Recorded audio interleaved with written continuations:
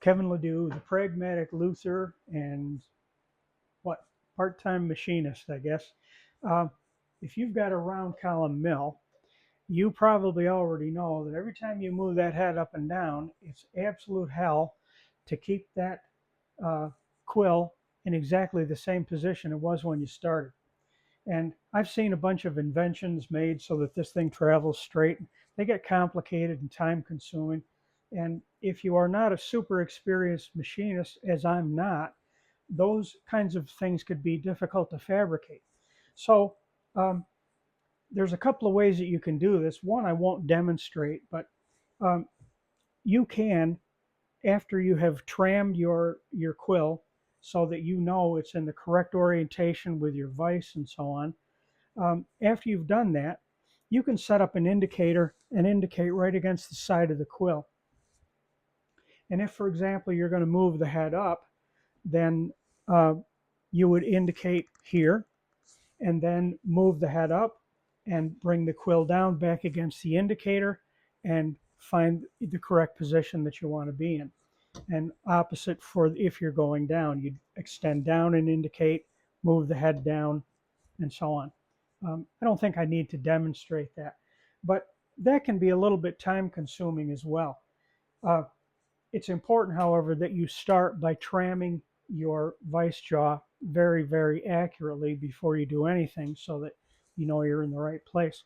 But I've come up with another system that's kind of quick and easy and surprisingly accurate. So what I came up with is this gadget right here.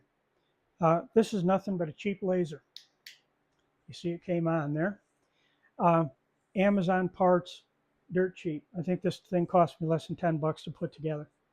The 9-volt battery probably cost me almost as much as the rest of it did. At any rate, I mount this laser here, and I'm going to turn you around to the opposite wall of the shop at a distance of 18 feet away, or thereabouts. Distance really doesn't matter, I don't suppose, within reason, but you can see there that the laser is focused on a black line on the opposite wall. What I did was very carefully trammed the mill so that I knew it was in the correct position to start with, and then turn on the laser and go over there where it's focused with a good carpenter's level and excuse me, and a sharp pencil, and just strike a beautifully vertical line long enough to accommodate the full up and down movement of the mill head. And when I move that mill head, I just simply refocus on that line. And you would be amazed at a distance of 18 feet, if that laser moves just 1/8 of an inch or so, you can see it. But at 1/8 of an inch over there, I don't know how little movement that will be at the head of the mill or at the center of the quill. But I can tell you from experience that it's awfully, awfully close. And for most of the jig and fixture work that I do with this mill, it's really beautifully precise. There are times, of course, when I will want to confirm because I need to do something more precise. But this is a quick and easy way to get this job done, and it works beautifully. So you might want to try this one.